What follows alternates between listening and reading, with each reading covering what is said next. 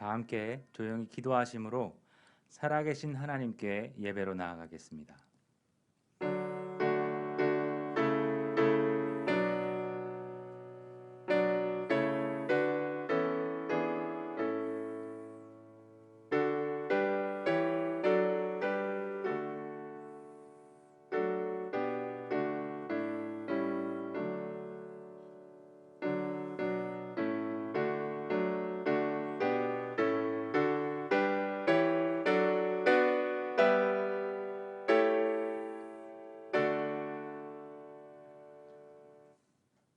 사도신경으로 신앙 고백하시겠습니다.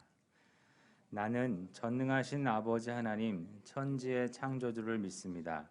나는 그의 유일하신 아들 우리 주 예수 그리스도를 믿습니다. 그는 성령으로 잉태되어 동정녀 마리아에게서 나시고 본디오 빌라도에게 고난을 받아 십자가에 못 박혀 죽으시고 장사된 지 사흘 만에 죽은 자 가운데서 다시 살아나셨으며 하늘에 오르시어 전능하신 아버지 하나님 우편에 앉아 계시다가 거기로부터 살아있는 자와 죽은 자를 심판하러 오십니다. 나는 성령을 믿으며 거룩한 공교회와 성도의 교제와 죄를 용서받는 것과 몸의 부활과 영생을 믿습니다.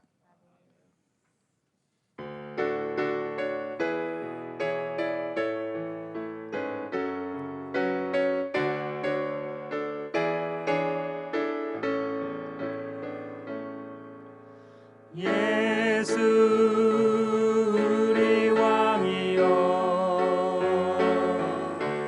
이곳에 오소서 보좌로 주여 임하사 찬양을 받아 주소서 주님을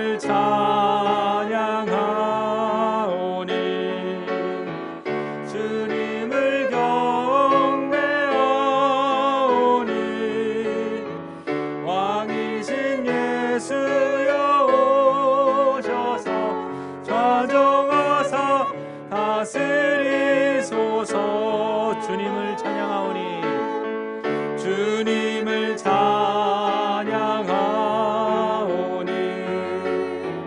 주님을 경배하오니 왕이신 예수여 오셔서 좌정하사 다스리소서.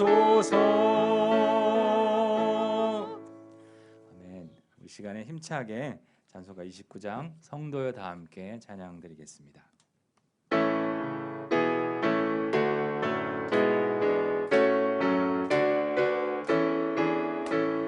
성도여 다 함께 할렐루야 아멘 주 찬양하여라 할렐루야 아멘 주 보좌 앞에서 택하신 은혜를 다 찬송하여라 할렐루야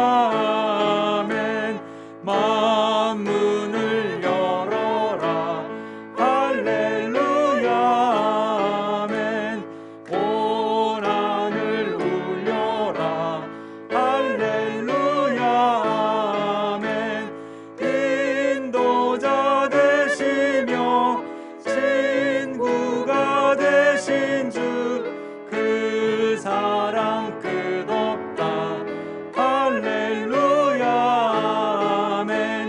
주 찬양하여라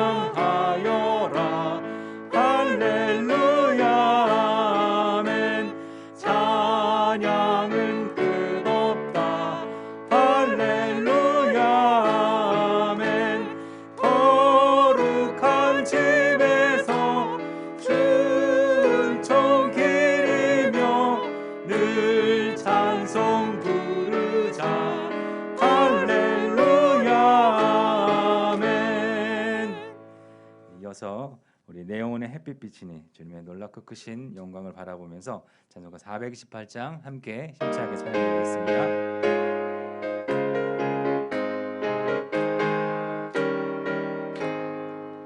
내 영혼의 햇빛 비치니 주 영광 찬란해. 이 세상 어떤 빛보다 이 빛 더 빛나네. 주의 영광 빛난 광채 내게 비춰 주시옵소서. 그 밝은 얼굴 배울 때 나의 영혼 기쁘다. 내 영혼에 노래 있으니 주 찬양합니다. 주 귀를 기울이시사 다 듣고 계시네. 주의 영광 빛난 광채 내게 비춰 주시옵소서. 그 밝은 얼굴 배울 때 나의 영혼 기쁘다. 내 영혼의 봄날 되어서 주 함께 하실 때 그 평화 내게 깃들고 주 은혜 꽃피네. 주의 영광 빛난 광채 내게 비춰 주시옵소서. 그 밝은 얼굴 배울 때 나의 영혼 기쁘다. 내 영혼에 희락이 있고 큰 소망 넘치네. 주 예수 복을 주시고 또 내려주시네. 주의 영광 빛난 광채 내게 비춰 주시옵소서. 그 밝은 얼굴 배울 때 나의 영혼 기쁘다. 아멘. 우리 시간 예배와 교회 나라를 위해 함께 기도하겠습니다. 가정과 일터와 마을과 사회에 파송된 생활 선교사로 살아갈 수 있도록 기도해 주시고, 새로운 분리교칙 교회가 하나님이 기뻐하시는 모습으로 아름답게 세워질 수 있도록 기도해 주십시오. 사랑과 정의와 평화의 나라가 되도록 섬기는 지도자를 세워주시도록 이 시간 함께 기도하시겠습니다. 하나님 아버지 감사합니다. 저희가 놀랍고 크신 은혜가 우리에게 있습니다. 우리가 생활 선교사로 온전히 서기 원하오니 주님께서 함께 도와주시옵소서.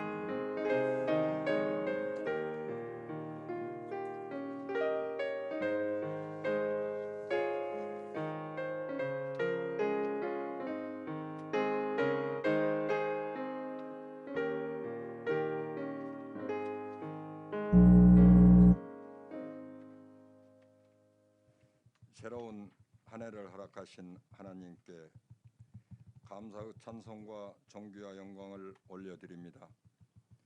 올해도 새로운 희망과 부푼 꿈을 안고 출발하는 저희들에게 주님 말씀 안에서 믿음을 실천하는 삶을 살아갈 수 있도록 인도하여 주옵소서.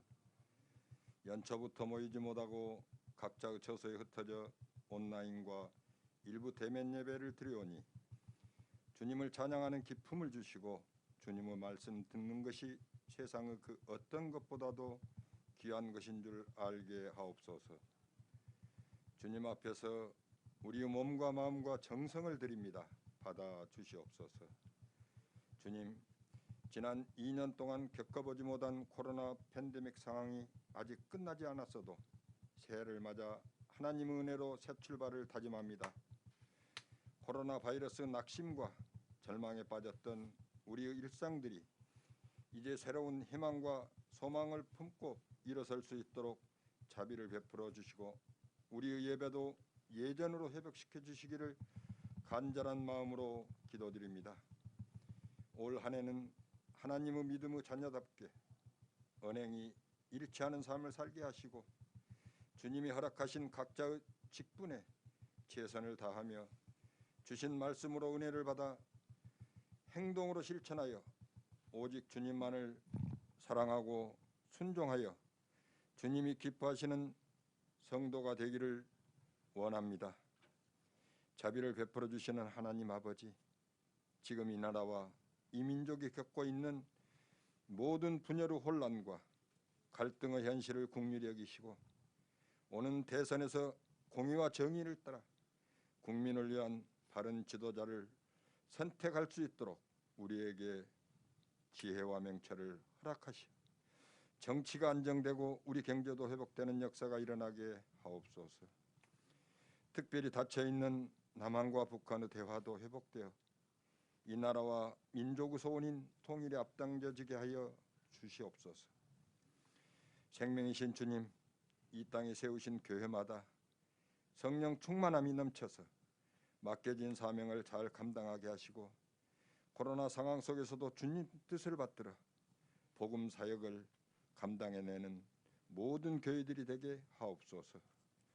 우리 공동체가 주님께서 세우신 목적대로 교회의 사명을 잘 감당하게 하여 하나님의 뜻에 따라 사랑으로 하나 되어 땅끝까지 복음을 전파하는 공동체의 비전을 올해에도 실천하고자 연말에 이동성 목사님이 분립개척 교회를 준비하고 있사오니 주님께서 선한 방법으로 길을 열어 주시옵소서.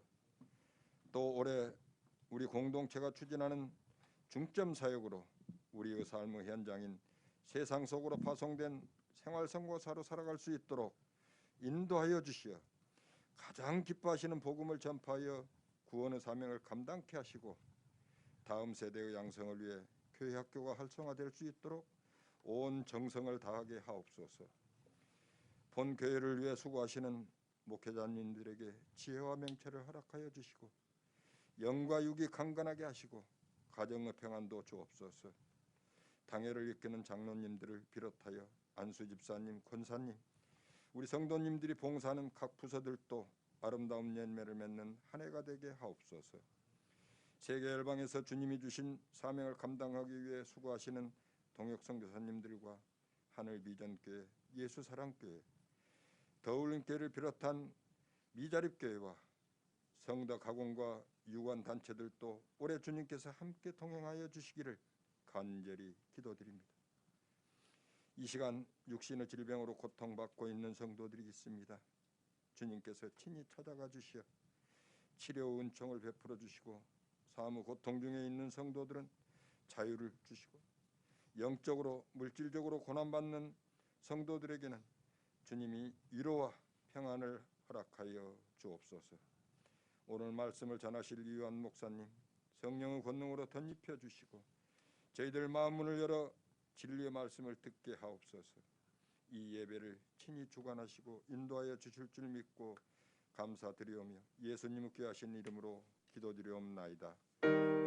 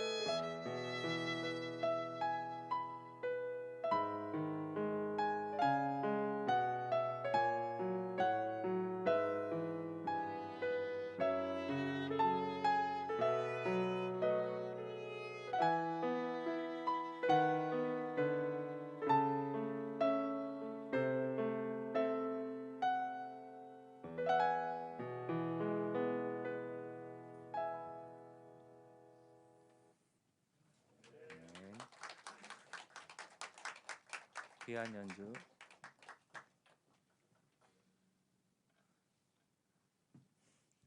연주 감사합니다.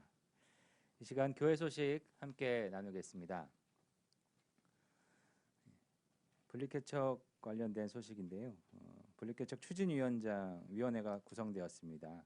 위원장으로 김명옥 장로님, 부위원장으로 최대희 장로님이 섬기십니다. 이분들 주축으로 분리개척 모든 사역들이 진행이 잘 될 수 있도록 기도해 주시길 부탁드립니다. 예배 안내 드리겠습니다. 계속해서 성덕 고등학교 강당 공사 관계로 성덕고 시청각실에서 지금 예배를 드리고 있고요. 또 실시간 온라인으로 함께하고 있습니다. 대면 예배는 1, 2부 각 20분밖에는 할 수 없어서 꼭 현장 예배 참석하실 분들은 신청하시고 오시면 좋겠습니다. 그리고 수요 예배도 저희가 계속해서 실시간 예배를 드리지만 또 현장 예배도 20분을 함께 하고 있습니다. 수요 예배 함께 하실 분들은 또 신청하시고 또 참석해 주시기를 부탁드리겠습니다. 오늘 예배 직후에 재직총회가 있을 예정입니다.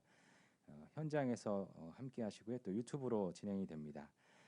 재직분들은 빠지지 마시고 한 분도 빠지지 마시고 꼭 참석해 주시고요. 또 유튜브 댓글로 출석을 확인해 주시기를 부탁을 드리겠습니다. 2022년 사역 신청을 이제 받습니다. 교회 홈페이지 팝업 창에 있습니다. 꼭 방문해 주셔서 섬기기를 원하시는 희망 사역을 꼭 기재해 주시기를 바라고요. 많은 분들이 교회가 잘 세워질 수 있도록 헌신해 주시기를 부탁드리겠습니다. 매일 성경 이 그동안에 개인적으로 책으로 보셨지만 이제 스마트 시대라서 앱으로도 함께 하실 수 있습니다. 여러분 핸드폰 매일 성경 앱스토어에서 검색을 하시면요. 매일 성경 앱을 다운받아서 묵상하실 수 있습니다. 이건 구매하셔야 되고요. 3,900원에 구매하실 수 있으니까요. 많은 분들 커피 한 잔 가격도 안 되니까요. 여러분들 많이 다운받으셔서 말씀 묵상해 주시기를 부탁드리겠습니다. 공동의회가 다음 주일 2부 예배에 있습니다. 2부 예배 직후에 있는데요. 이것도 또한 유튜브로 진행할 예정이니까요. 많이 기도해 주시고 그렇게 함께 하시길 바랍니다. 그 외의 교회 소식은 주보를 참고해 주시길 바랍니다. 2022년 교육전도사로 섬기시게 될 우리 신현웅 전도사님입니다.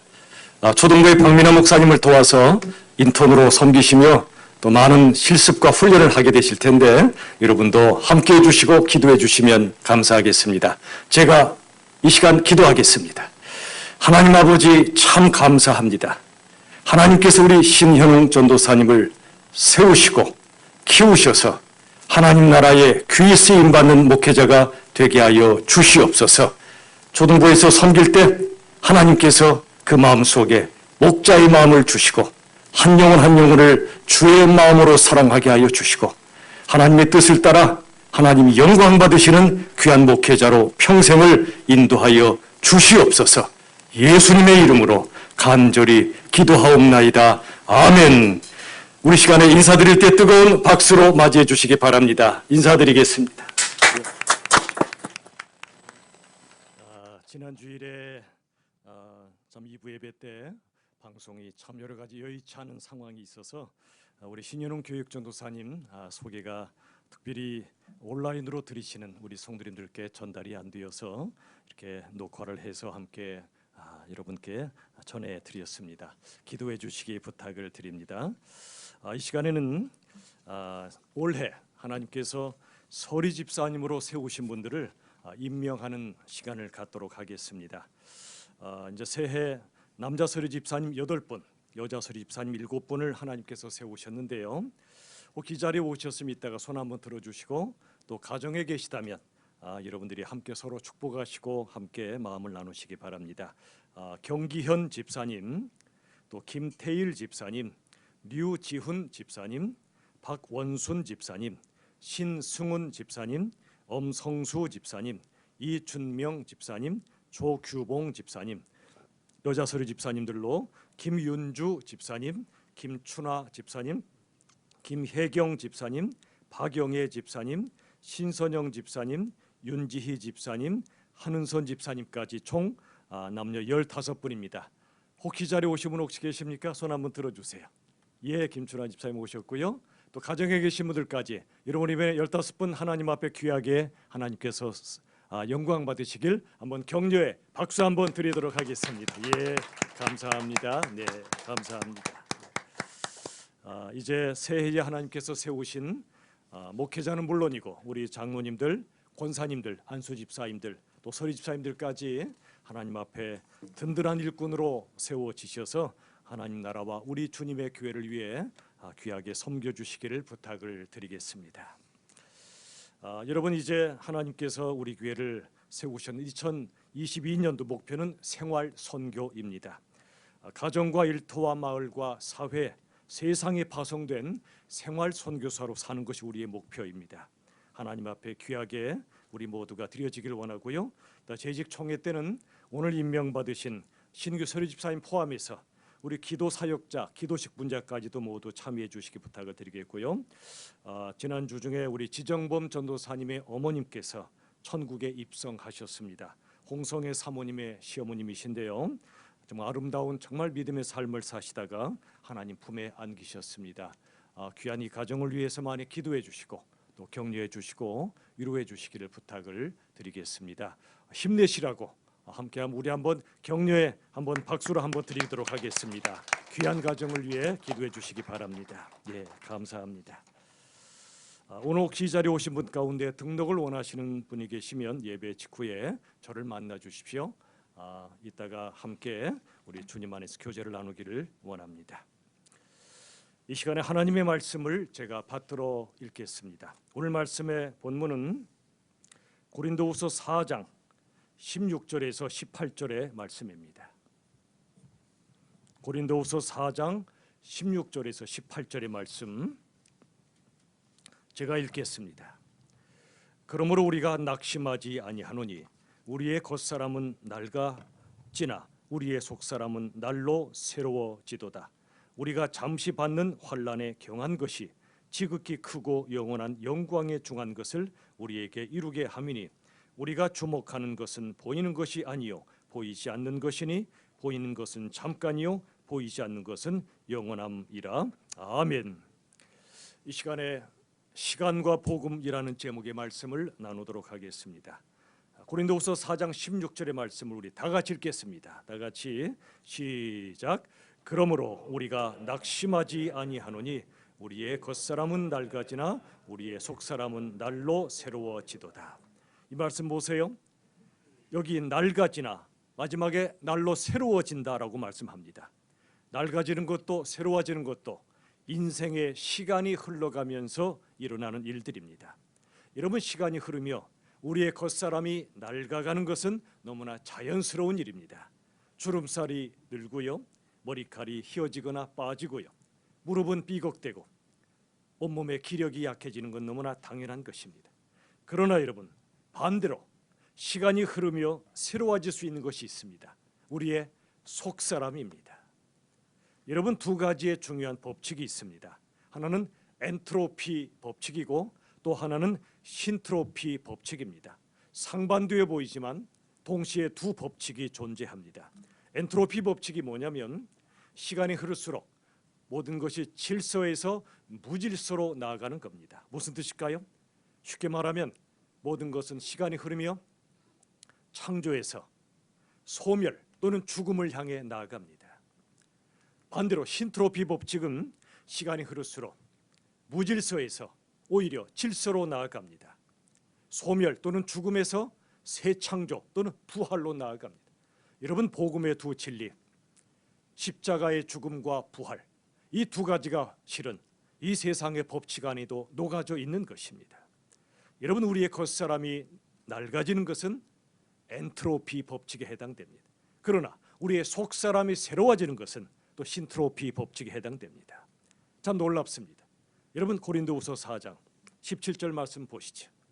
우리가 잠시 받는 환난에 경한 것이 지극히 크고 영원한 영광에 중한 것을 우리에게 이루게 한다고 말씀합니다. 여기 보시면 우리가 받는 환난이 잠시라고 말씀해 주십니다. 그런데 영광은 영원하다고 말씀해 주십니다. 여러분 18절 말씀 읽겠습니다. 18절 다 같이 시작.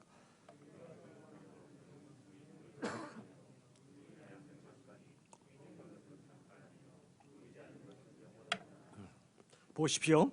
우리가 주목하는 건 보이는 게 아니라 보이지 않는 겁니다. 왜냐하면 보이는 건 잠깐이에요. 보이지 않는 건 영원하기 때문입니다. 여러분 4장 17절이나 18절의 말씀 보면 두 가지의 시간이 나오죠. 잠시 잠깐이란 시간과 영원이란 시간이 나옵니다. 우리 인생 잠시 잠깐입니다. 금방 우리 인생 지나갑니다. 수박 몇 덩이 더 먹으면 천국 갑니다. 실감 나실지 모르겠어요. 얼마 안 남았어요. 잠시 잠깐이에요. 그러나 또 다른 시간이 있습니다. 영원이란 시간입니다. 영원이란 시간. 우리가 고난 당할 때는요, 그 고난이 영원히 지속될 것 같아요. 그러나 영원이란 시간에 비추어 보면 우리 인생의 고난은 잠시 잠깐입니다. 우리가 힘든 시간을 겪을 때, 몸이 많이 아플 때는 많이 늙기도 하고 이러다 죽을 수 있겠다 생각하기도 합니다. 하지만 여러분, 고난을 겪으며 우리의 속사람이 새로워지기도 합니다. 겉사람은 낡아질지라도 속사람은 새로워질 수 있습니다. 예수 믿는 사람은 고난을 통해 생각이 깊어집니다. 고난을 통해 인생이 깊어집니다. 인격이 깊어지기도 합니다. 그 사람에게서 고난 이후에 하나님의 영광의 빛이 나타나기도 합니다. 여러분, 우리 인생 고난의 연속입니다. 그러나 모든 고난은 지나갑니다. 그리고 우리 모두는 고난을 통과하여 영원한 영광을 향해 새로운 창조를 향해 나아가는 것이 바로 우리의 인생입니다. 자, 고린도후서 5장 17절 다 같이 읽겠습니다. 5장 17절 다 같이 시작. 그런즉 누구든지 그리스도 안에 있으면 새로운 피조물이라. 이전 것은 지나갔으니 보라 새 것이 되었도다. 누구든지 그리스도 안에 존재하면 그는 하나님께서 새로운 피조물로 창조해 주신다는 겁니다. 우리 육신은 점점 늙어갈지라도 우리 영혼, 우리의 속사람은 하나님이 새롭게 빚어 가십니다. 이전 것은 지나갔다고 선포하십니다. 새 것이 되었다고 말씀합니다. 새 것, 우리가 이제는 새 사람이 된 겁니다. 예수 밖에 있던 사람에서 예수 안에 있는 사람으로, 하나님과 상관이 없던 세상의 자녀로부터 하나님의 영광스러운 자녀로 우리의 신분이 완전히 새로워진 것입니다. 우리의 상태는 여전히 죄와 고통과 죽음의 지배를 받고 있지만 우리의 신분은 완전히 달라진 겁니다. 어둠의 나라에서 빛의 나라, 예수님의 나라로 완전히 옮겨진 것입니다. 영적 호적이 옮겨진 거지요. 여러분, 그런데 여러분, 하나님께서는 우리를 구원하시는 것이나 우리를 성숙시켜 가시는 것이나 시간 속에서 이루어 가십니다. 시간 속에서 구원하시고 시간 속에서 우리를 성숙시켜 가십니다. 특별히 고난의 시간을 통해 우리들을 새로운 존재로 창조해 가시는 신비로운 역사를 오늘 말씀을 통해 보도록 하겠습니다. 여러분, 로마서 5장 1절 이하를 보면 이런 말씀이 나와요. 우리가 예수님 안에서 구원받지요. 그리하면 하나님과의 화평을 우리가 누리게 됩니다. 이전엔 죄 때문에 하나님과 동떨어져 있었고 우리가 이제는 하나님 밖에서 살았었는데 예수님 안에서 구원받은 자는 예수님을 통해 하나님과 화평이 회복돼요. 하나님의 화평을 누리게 됩니다. 놀랍죠? 그런데 그게 끝이 아닙니다. 로마서 5장 3절 4절에 보면 하나님과의 화평, 이것과는 좀 동떨어진 말씀들이 등장합니다. 환난, 인내, 연단이란 말씀입니다. 무슨 뜻이죠?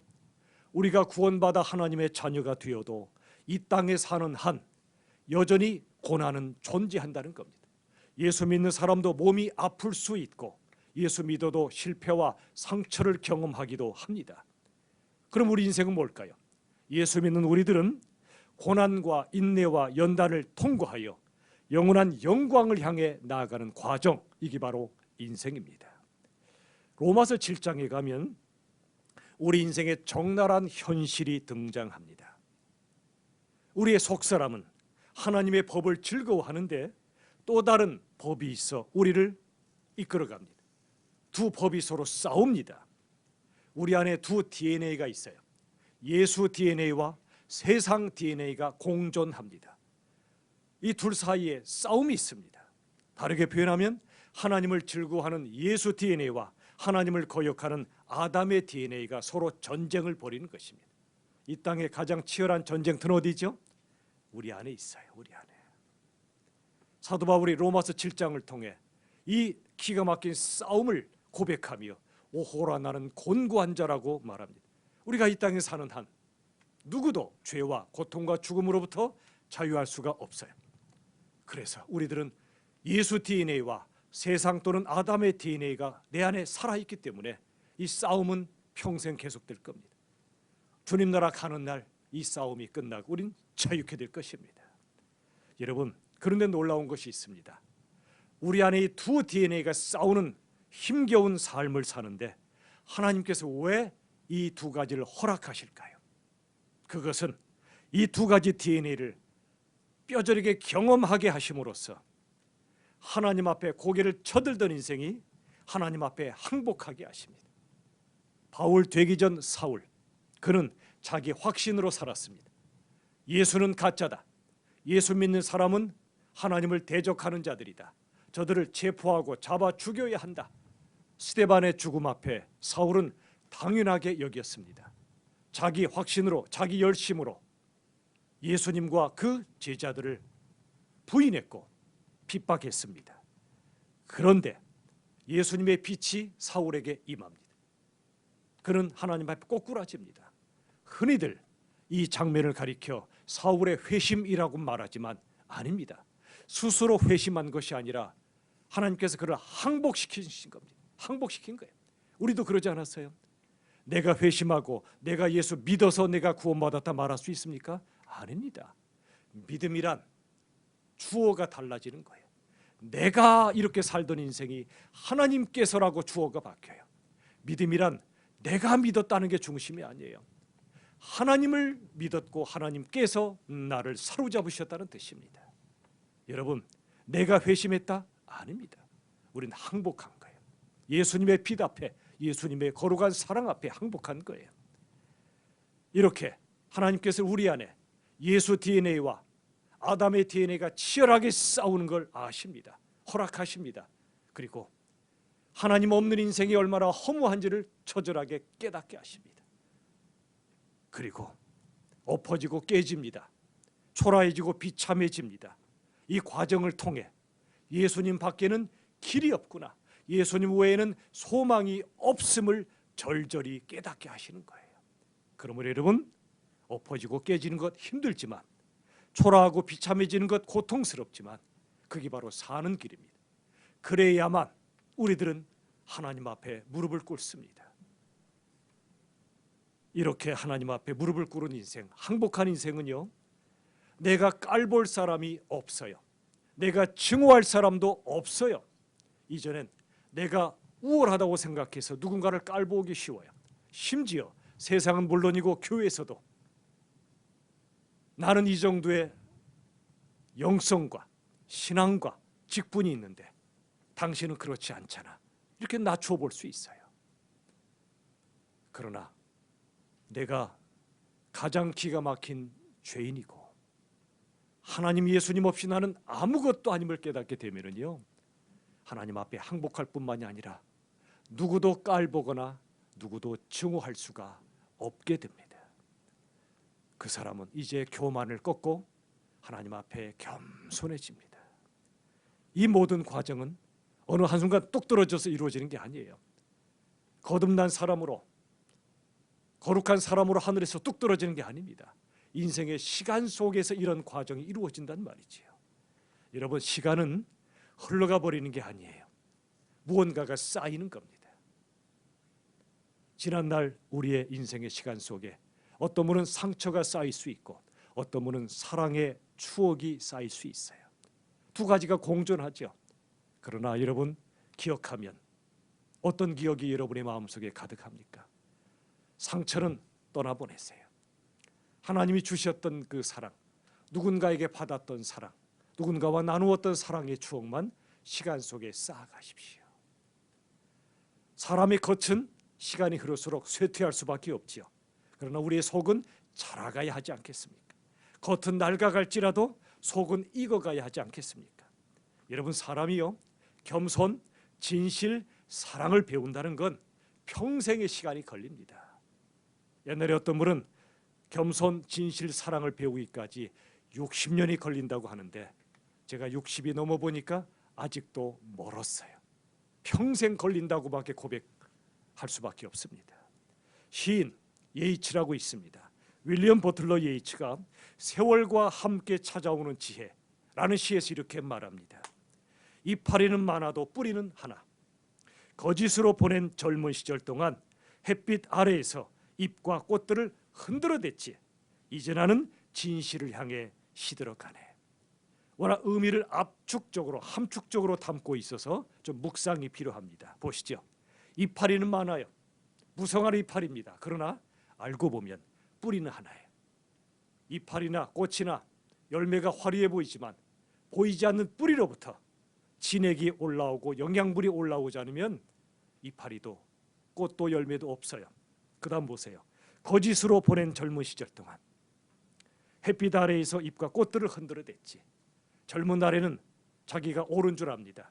젊은 날의 사울처럼 말이죠. 그러나 내 안에 진정한 진실이 있었나? 나중에서 깨닫습니다. 내게 진실이 별로 없었음을. 여기 보시면 햇빛 아래에서 잎과 꽃들을 흔들어댑니다. 나는 잎이 많아, 나는 의로와, 나는 사랑이 많아 흔들어댑니다. 햇빛 아래에서. 잎도 꽃도 무성합니다. 그러나 그게 진정한 진실이 아니었다는 겁니다. 젊은 날의 사랑은 여러분 열정의 사랑입니다. 심장을 꺼내어 펄펄 끓는 심장을 보여주며 내가 당신 얼마나 사랑하는지 알아? 나와 결혼해줘. 내가 당신을 뜨겁게 사랑할 거야 말하지만 그 열정의 사랑은 실은 자기중심의 사랑이었습니다. 진실이라 믿었지만 진실이 아닐 수 있습니다. 나를 위해서 사랑하고 나를 위해서 결혼하고 나를 위해서 살아갑니다. 나를 위해 너를 사랑할 뿐입니다. 그런데 시간이 흐르면 깨닫게 됩니다. 내 안에 진실보다 거짓이 많았음을, 내 안에 사랑보다 이기심이 많았음을 깨닫게 됩니다. 그러다가 마지막에 보세요. 시의 마지막 부분. 이제 나는 진실을 향해 시들어가네. 시들어간다는 우리의 겉이 시들어가는 거예요. 그런데 진실을 향해 가는 겁니다. 몸은 점점 약해지지만 진실이 뭔지, 겸손이 뭔지, 사랑이 뭔지를 깨달아가기 시작하는 겁니다. 여러분, 젊은 날은요 겉사람이 팽팽하지요, 요란하지요, 화려하죠. 그러나 아직은 속이 덜 영근 상태입니다. 그러나 시간이 흐르며 겉은 시들어가도 속은 진실, 겸손, 사랑을 배워가는 겁니다. 젊은 날의 덜 익은 사랑을 지나서 성숙한 사랑을 향해 한 걸음씩 나아가는 거예요. 여러분, 기독교가 어떤 종교죠? 기독교는 그저 도덕윤리나 율법의 교훈이나 종교의식을 뛰어넘는 생명과 사랑입니다. 물론 도덕윤리, 율법의 교훈, 종교의식 다 필요하고 소중합니다. 그러나 거기에 머물지 않습니다. 예수님, 기독교는 생명과 사랑이 바로 그 핵심이에요. 생명과 사랑. 하나님께서는요 우리에게 그저 도덕윤리, 율법교훈, 종교의식 잘 지켜 그런 정도로 말씀하지 않으십니다. 내가 도덕윤리를 지키고 내가 율법의 계명을 다 지키고 내가 종교의식을 다 행할 때 내가 구원받는 것이 아니란 말입니다. 그건 기독교가 아니에요. 이 땅의 모든 종교 철학은 내가 무언가를 해야만 구원받는다고 말합니다. 그러나 성경은 그렇게 말씀하지 않습니다. 거꾸로 말합니다. 내가 할 수 없음을 고백하고 나의 절대 죄인됨을 고백하며 나의 구원을 위하여 예수님밖에는 길이 없음을 고백할 때 그게 바로 믿음이란 말입니다. 사랑하는 여러분, 하나님이 얼마나 놀랍게 일하시나 한번 들어보십시오. 여러분, 혼란, 방황, 고통, 고난 좋습니까? 싫습니까? 당연히 싫죠. 저만 싫어요? 다 싫죠. 누가 혼란과 방황을 좋아해요? 누가 고통, 고난 누가 좋아해요? 그런데 여러분, 하나님께서는 우리의 혼란과 방황을 통해 영적 지경을 더 넓게 만들어 주십니다. 여러분, 어떤 아이가 방황을 안 했어요. 그러다 보니 영적 지경이 좁을 수밖에 없어요. 우리가 헤매고 방황한 만큼 손해나는 게 아니에요. 여기저기 세상 말로 싸돌아다닌다. 그러면 너 왜 그러니라고 말하죠, 흔히. 아니에요. 방구석에 처박혀 있어야 인생이 배워지는 게 아니에요. 도대체 왜 살아야 하지? 고민도 하고 방황도 하고, 그리고 이런 혼란의 시간들을 통해 방황하고 헤맨 시간만큼 지경이 넓어지는 거예요. 넓어지는 거예요. 그래서 옛날에 제가 청년 사역을 할 때는 아이들에게 무조건 도전했습니다. 무전여행이라도 떠나라. 돈을 빌려서라도 여행을 떠나라. 방황도 좀 해봐라. 가서 밥 달라고 걸식도 해봐라. 그래야 인생이 뭔지를 조금씩 깨달아가기 시작할 거다. 또 우리 인생의 고난과 고통 싫어요. 그런데 하나님께서는 인생의 고난과 고통을 헛되게 돌려보내지 않으십니다. 고통과 고난을 통해 인생이 깊어지게 하십니다.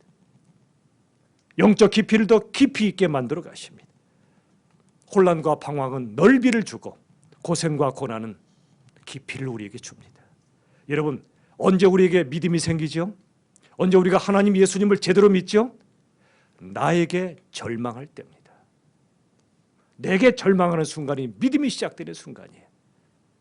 또 언제 사랑이 시작되죠? 다른 사람에게 절망할 때입니다. 그 사람에게 절망할 때 비로소 진짜 백이 사랑이 시작되는 거예요. 그래서 아까 말씀드린 대로 결혼식 할 때 젊은 남자들 좋죠. 그것도 사랑이긴 하죠. 좋아 죽어요. 그런데 살아보면 압니다. 상대방에게 실망하고 나중에 절망하는 그 순간이 실은 진짜 사랑이 시작되는 순간이에요. 그 사람이 건강하고 모든 것이 좋을 때는 누군들 사랑하지 않겠어요. 그 사람이 건강을 잃고 모든 걸 잃었을 때, 그때 그 사람에게 진짜 사랑을 줘야 할 시간입니다. 믿음은 나에게 절망할 때, 사랑은 상대방에게 절망할 때 생기는 거예요. 하나님은요, 우리 인생의 혼란과 방황, 고통과 고난, 이 모든 인생의 시간들을 합력하여 하나님의 선을 이루어 가십니다. 세 사람 대표적으로 나오죠. 첫째, 모세. 그는 수많은 사람을 이끌다가 분노에 사로잡히고 그랬습니다. 그가 본래 온유한 사람이 아니에요. 성경에서 그가 온유한 사람이라고 칭찬하는 이유는 분노의 과정을 통과했기 때문에 그렇습니다. 반석에 그가 지팡이를 가지고 내려칠 때 하나님께서는 그를 책망하셨지요. 하나님의 영광을 가렸다고 말씀하셨습니다. 그러나 하나님은요, 우리 인생의 본성을 아세요. 여러분, 분노 없는 사람 어디 있어요? 한 성격 안 하는 사람 어디 있어요? 저도 한 성격 해요. 참을 뿐이에요. 여러분도 그러시죠? 더 참으시죠? 여러분이 온유하신 건 뭐냐면 성격이 없어서가 아니라 성격을 통제할 힘이 있기 때문에 온유한 거예요. 온유함이란 그저 수양모델 같은 흐느적거림이 아니라 통제된 힘이 바로 온유함이에요. 모세는 분노의 과정, 분노 표출의 실패와 실수의 과정을 통과하여 온유한 사람으로 다듬어진 거예요. 다윗, 욕망의 과정을 지나서 거룩한 사람으로 빚어가셨어요. 한나, 절망의 과정을 지나 기도의 사람으로 빚으신 거예요. 하루아침에 되는 거 아니에요. 시간이 필요해요. 하나님은 인생의 모든 시간, 혼란, 방황, 고통, 고생, 분노, 욕망, 절망, 모든 시간들을 하나님이 주관하셔서 그 시간 속에서 우리를 구원하시고 시간 속에 우리를 성숙시켜 가시는 거예요. 그러므로 여러분, 다른 어떤 분이 분노나 욕망이나 절망에 사로잡혀 있다면 이렇게 생각하시면 돼요. 아, 지금 하나님께서 이분을 빚어가고 계시는 중이구나.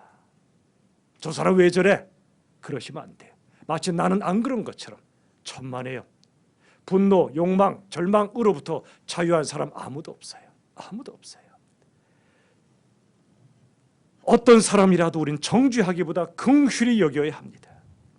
누구라도 배척하지 말고 포용해야 됩니다. 관대하고 너그럽게 말이죠. 언제 관대와 너그러움이 있죠? 첫째는 내 안에 진리가 확고하게 자리 잡을 때, 진리가 확실한 사람은 다른 사람을 너그럽게 대합니다. 내 안에 진리가 확실하지 않기 때문에 두려워요. 내가 진리 아닌 것으로 드러날까 봐 목소리 키우고 목에 핏대를 세우며 크게 싸우고 다른 사람 비판합니다. 여러분, 많은 사람들이요, 내 안에 진짜 배기를 갖고 있지 않으면 다른 사람을 비판함으로, 비난함으로 자기를 증명하려고 합니다. 너 틀렸잖아, 내가 맞잖아. 아니에요. 내 안에 진짜 진리를 가진 사람은요, 진리가 없는 사람을 오히려 관용과 너그러움으로 감싸할 줄 압니다. 내 안에 바다가 있으니까 누구라도 어떤 강줄기라도 받아들이는 거예요. 받아들여서 바다지요. 여러분, 또 한 가지, 누구라도 너그럽게 받는 사람 누구냐면 나의 죄인됨을 처절히 깨달은 사람이에요. 바울의 고백처럼 내가 죄인 중에 괴수 우두머리임을 아는 사람은요, 누구라도 함부로 정죄하거나 비난하지 않습니다. 같이 울어줍니다. 같이 기도합니다. 같이 승리합니다. 에베소서 2장의 말씀처럼 우리들은 함께 지어져가는 성전이에요. 함께 지어져가는 거룩한 전이란 말입니다. 우리 모두는 공사 중 인생입니다. 우리가 지금도 졸업하지 못한 중학교가 있어요. 어떤 중학교일까요? 공사 중이란 중학교입니다. 우리 모두 공사 중이에요. 공사 현장 가면 철근 콘크리트 삐죽삐죽 삐져나와 있고 딱딱한 콘크리트 조각이 깨져 있어요. 다치기 쉬워요. 힘들어요. 그게 우리의 모습이에요. 그래서 가정이든 교회든 일터든 사람이 함께 사는 건 힘든 일입니다. 그런데 그 과정을 통해, 그 시간을 통해 하나님이 우리를 다듬어 가시는 거예요.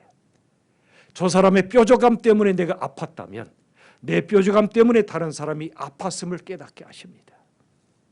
그래서 하나님께서는 우리들을 이 공사 중의 과정을 통해 다듬어 가시는 겁니다. 예외 없어요. 다 공사 중이에요. 그런데 여러분, 놀라운 건 사람을 만드는 것, 평탄한 길이 아니라 험난한 길이라는 사실입니다.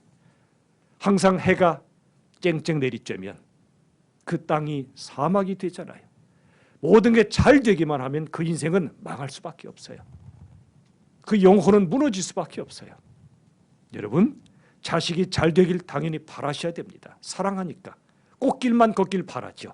그러나 꽃길만 걷는 인생은 없거니와 꽃길만 걸어서는 그 사람이 크질 못합니다. 자라질 못합니다. 우리를 만드는 팔할은 인생의 고난입니다. 싫지만 사실이에요. 저와 여러분, 이 자리에 예배드리고 하나님을 믿는 이유는 지난날에 남들이 알든 모르든 깨지고 엎어진, 눈물 흘리고 한숨 내쉬었던 수많은 그 과정 때문에 여기에 나와 예배하는 겁니다. 여러분, 하나님은요, 우리 인생의 고난을 절대로 헛되지 않게 하세요. 모든 걸 합력하여 선을 이루신 하나님은요, 우리 인생의 고난이 일하게 하십니다. 방황이 일하게 하십니다. 혼란이 일하게 하십니다. 우리의 모든 실패도 일하게 하십니다. 여러분, 이런 말이 있죠. 가을의 상징 중에 하나가 꽃이 코스모스죠. 하늘 하면 참 이쁘잖아요. 그런데 이런 말이 있어요. 코스모스는 김치를 못 담근다고요. 김치는요, 배추가 절여지고 매운 양념 팍팍 치고 숙성의 시간을 지나야 김치가 돼요. 사람도 그래요. 엄친아, 엄마 친구 아들, 엄마 친구 아이들, 모범생, 범생이 좋지요. 부럽지요. 그런데요, 이런 분들은 자칫하면 십자가 구원의 깊은 신비를 깨닫지 못할 수가 있어요. 광야길의 신비를 모를 수 있어요. 하나님은 출애굽, 이스라엘 백성들을 애굽에서 끌어내신 후에 택배로 싸서 애굽으로 붙여버리지 않으셨어요.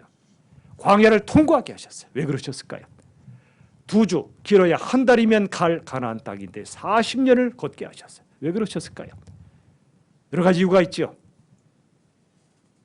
그들이 몸은 애굽에서 빠져나왔지만 그들 속에 있는 애굽은 아직 빠져나와 있지 않기 때문에 그래요. 또 한 가지는 광야에서만 그들은 하나님을 만날 수 있기 때문에 그래요. 그 연단의 시간을 통과하게 하신 겁니다. 우리도 그래요. 예수 믿어 구원받은 후에 바로 천국으로 택배로 붙여버리지 않으세요. 고난의 시간, 광야의 과정을 통과하게 하세요. 이걸 통해 내가 어떤 존재인지를 깨닫게 하시고 인생이 뭔지를 깨닫게 하세요. 그러므로 여러분, 엄치나 범생이로 키우지 마세요. 우리 자녀들을 말이지요. 그들은 열심히 공부하고 열심히 일하면 인생이 된다고 생각해요. 그런데 인생이 그렇게 됩니까? 아니에요. 인생에 정답이 있다고 생각하는데 열심히 공부하고 열심히 노력하면 다 된다, 그게 정답이라고 믿어요. 아니에요. 인생에 정답 없어요. 해답이 있을 뿐이에요. 문제가 생길 때마다 도와주시고 이끌어주시고 가르쳐주시고 우리 예수님이 바로 해답이에요. 내가 정답을 가졌다 생각하면 그건 오산이에요. 여러분, 오히려 이런 인생들은요, 하나님을 믿는 것 같지만 실은 나를 믿어요. 내가 열심히 공부했다, 열심히 노력했다, 내가 돈 벌었다, 성공했다, 나를 믿어요. 하나님은 조연, 내가 주연이에요. 이건 진짜 신앙이 아니에요. 그러다 깨져요. 엎어져요. 그제서 예수님을 알기 시작해요. 반대로요, 우리 자녀들 가운데 바람에 흔들리며 자란 아이들이 있지요. 방황도 하고 혼란에 빠지기도 하고 방에서 게임이나 줄창 밤새도록 해서 눈이 토끼처럼 빨개지고 속 터지죠. 그런데 여러분, 이렇게 바람에 흔들리는 아이들이 실은 예수님을 제대로 만날 수 있어요. 여러분, 꽃도요, 나무도 그래요. 바람이 불면서 꽃이 피잖아요. 바람이 불수록 뿌리가 더 깊이 내려지는 거예요. 가뭄이 오면 뿌리가 나무를 살리려고 더 깊이 뻗어갑니다. 바람 속에 자란 아이들이 진짜 하나님께 쓰임받는 거예요. 그러면 여러분, 너무 고민하지 마세요. 걱정하지 마세요. 우리 자녀들이 약해도 하나님은 그의 약함을 통해 일하세요. 스스로 강하면 하나님 안 쓰세요. 지가 했다고 그러니까. 그런데 내가 약하면, 내가 흔들리면, 내가 쓰러지면 하나님 찾게 돼 있어요. 붙잡게 돼 있어요. 그때 진짜 인생을 사는 거예요. 그리스도의 인생은요, 세상의 공격과 위협과 유혹 속에서도 하나님의 위대하고 영광스러운 약속을 붙잡고 주님과 함께 한 걸음씩 나아가는 것, 이게 그리스도인의 인생이에요. 마태복음 19장 26절 보십시오. 사람으로는 할 수 없지만 하나님으로서는 다 하실 수 있다고 말씀하십니다. 사람으로는 할 수 없어요. 저는 목회가 어려운 줄 알았어요. 해보니 어려운 게 아니라 불가능해요. 제가 할 수 없어요. 여러분, 인생도 똑같아요. 어려운 게 아니라 불가능해요. 우리 힘으로 천국 갈 수도 없어요. 그런데 사람으로는 할 수 없다, 여기까지 와야 돼요. 내가 제법 뭔가를 이루고 뭔가를 소유하면 내가 뭔가 할 수 있다고 착각해. 아니에요. 모든 게 하나님의 은혜예요. 살아있는 것도, 돈 버는 것도, 우리가 살아가는 것도. 사람으로는 할 수 없음을 깨닫게 하세요. 모세가 젊은 날 40세 때 자기 힘으로 동족을 구원하려고 하다가 살인자가 됐죠. 왕자가 도망자가 된 겁니다. 또 다른 40년 동안 양 궁둥이 쫓아다니며 비참하고 헛돼 보이는 인생을 살죠. 바로 그 순간 하나님은 80세가 된 그날 모세를 부르세요. 힘이 있을 때가 아니라 힘이 빠질 때 부르세요.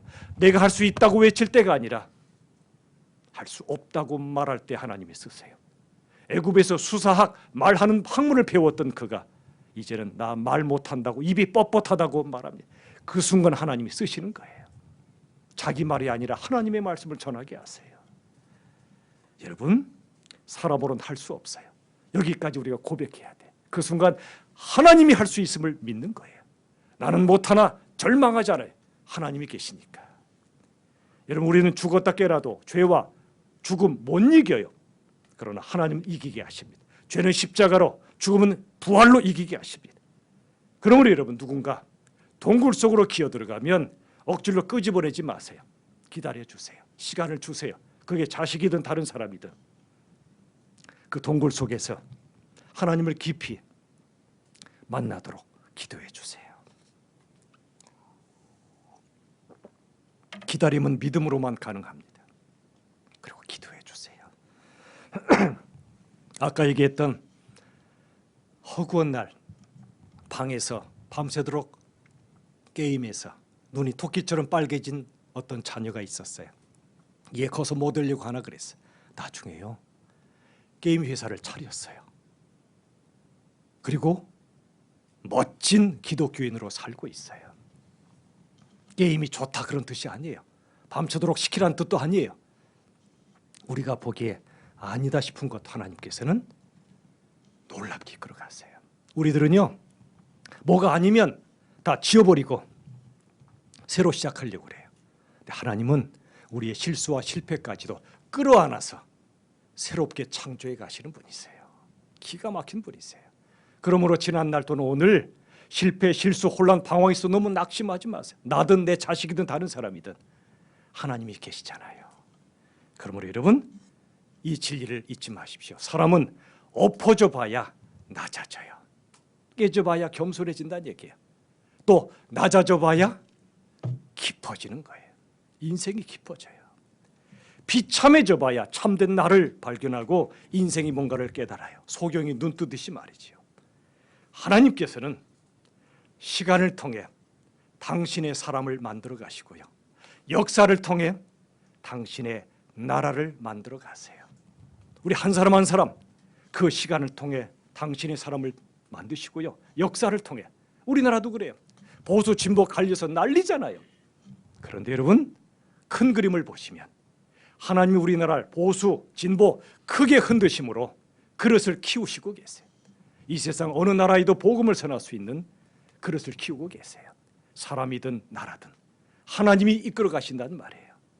부디 여러분, 하나님의 놀라운 지혜와 능력을 믿으신다면 어떤 상황 속에서도 낙심하지 마세요.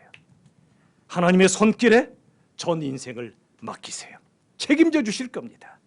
과거에 이루신 구원의 은혜를 굳게 붙잡으시고 구원을 완성하실 미래를 믿음으로 바라보시며 우리에게 주신 선물 같은 오늘을 하나님과 함께, 예수님과 함께 힘차게 나아가시기를 우리 주 주님의 이름으로 축원합니다. 시간에 핵심 메시지를 같이 선포합시다. 첫 번째, 시작. 하나님께서는 시간을 통해 당신의 사람을 만들어 가시고 역사를 통해 당신의 나라를 만들어 가신다. 두 번째, 인생은 인내와 연단을 통해 영원한 영광을 향해 나아가는 과정이다. 세 번째, 겸손은 고난 속에서 예수님밖에는 길과 소망이 없음을 깨닫는 것이다. 이 시간 이후로 우리가 선포하는 시간을 갖겠습니다. 자, 저를 따라하시죠. 나는 세상으로 파송된 생활 선교사입니다. 자, 이번에 한꺼번에 시작. 나는 세상으로 파송된 생활 선교사입니다. 아멘입니까? 아멘. 시간 찬양합시다. 두 곡을 연이어 찬양할 때 전능하신 나의 주 하나님은, 우리 전능하신 하나님을 믿음으로 우리 시간 찬양합시다. 전능하신 나의 주 하나님은 능치 못하실 일 전혀 없네. 우리의 모든 간구도, 우리의 모든 생각도, 우리의 모든 꿈과 모든 소망도 신실하신 나의 주 하나님은 우리의 모든 괴로움 바꿀 수 있네. 불가능한 일 행하시고 죽은 자를 일으키시니 그를 이길 자 아무도 없네. 주의 말씀 의지하여 깊은 곳에 금을 던져 오늘 그가 놀라운 일을 이루시는 것 보라. 주의 말씀 의지하여 믿음으로 금을 던져 믿는 자에게 능치 못함 없네.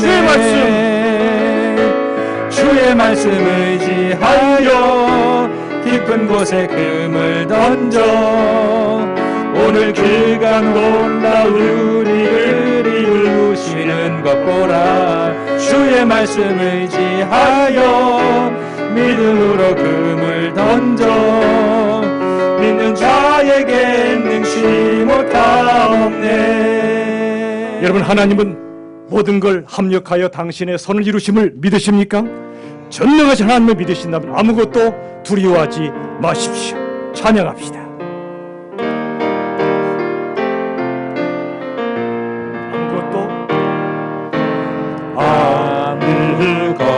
아무것도 두려워 말라. 주 나의 하나님이 지켜주시네. 놀라지 마라. 놀라지 마라. 겁내지 마라. 겁내지 마라. 주님 나를 지켜주십니다. 주님 나를 지켜주시네. 다시 한번 찬양합니다. 아무것도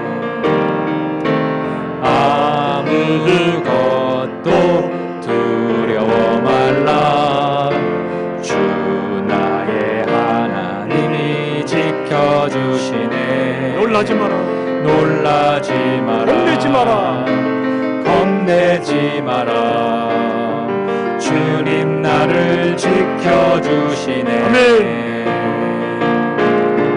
내 맘이 힘에 겨워 지칠지라도 주님 나를 지켜주시네. 아멘. 세상에 험한 풍파 몰아칠 때도 주님 나를 지켜주시네. 손들고 찬양합시다.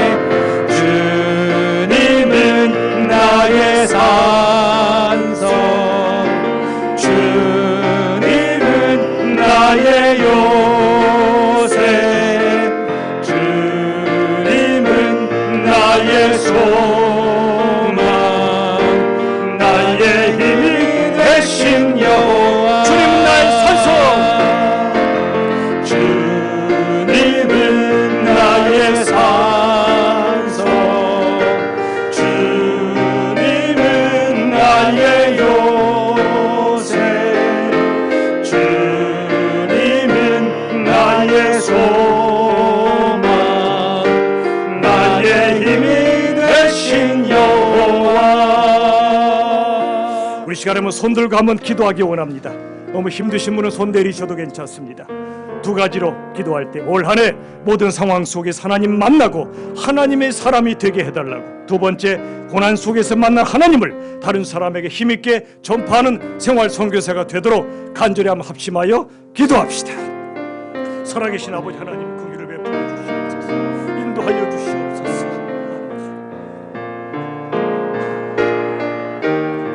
오 주님, 아버지 하나님, 올 한 해를 하나님 앞에 올려드립니다. 어떤 상황 속에서도 그 속에서 하나님을 만나게 하여 주시옵소서. 광야에서 우리 예수님을 만나게 하여 주시옵소서. 그래 우리가 주님의 사람이 되고 하나님의 사람이 되게 하여 주시옵소서. 어떤 고난 중에도 하나님을 만나 그 하나님을 수많은 사람들에게 전파하는 생활 선교사가 되게 하여 주시옵소서. 우리 주님만을 바라보며 승리하는 우리 모두가 되게 하여 주시옵소서. 오 주님, 오 주님 함께하여 주시옵소서. 오 주님 인도하여 주시옵소서. 아버지, 오 주님.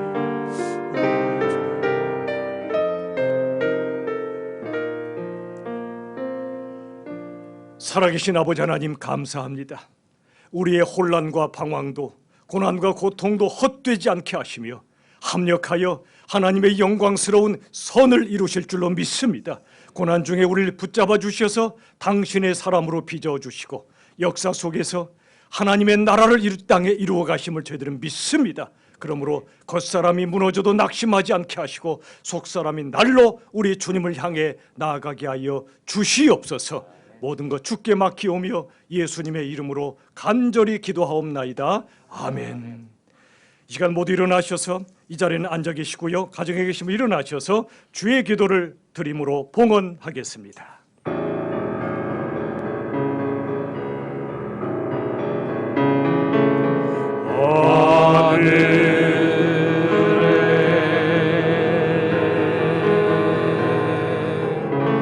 계신 아버지,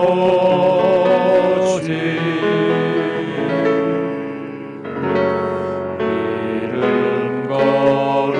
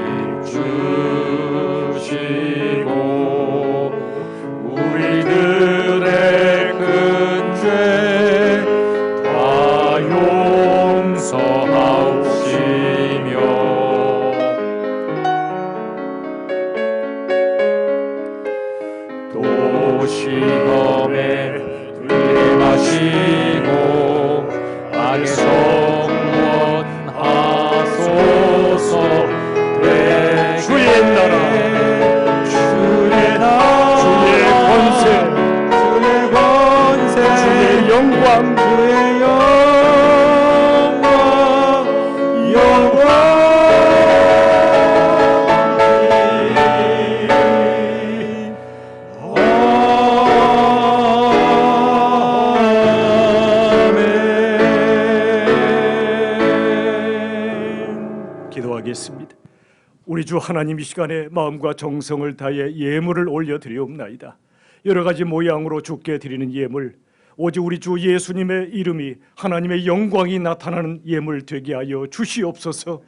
고난 중에도 주님 앞에 예배하며 예물을 드린 수많은 영혼들, 하나님께서 그 삶 전체를 책임져 주시고, 마음은 원이지만 어렵고 힘든 모든 성도님들께도 하나님의 은혜를 나리워 주시옵소서.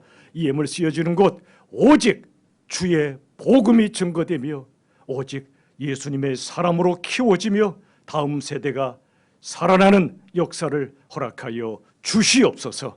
온 삶을 하나님께 맡겨드리오며 예수님의 이름으로 기도하옵나이다. 아멘. 우리 주 예수님의 은혜와 하나님의 사랑과 성령 하나님의 역사하심이 시간 속에서 나를 구원하시고 성숙시켜 가시며, 시간을 통해 우리를 당신의 사람으로 빚어가시고 당신의 나라를 이루어 가시는 그 전능하신 역사를 믿음으로 우리에게 주어진 오늘을 살아가길 원하는 주님의 백성들과 이 땅의 교회들 위해 영원까지 함께 하시기를 간절히 축원하옵나이다. 아멘.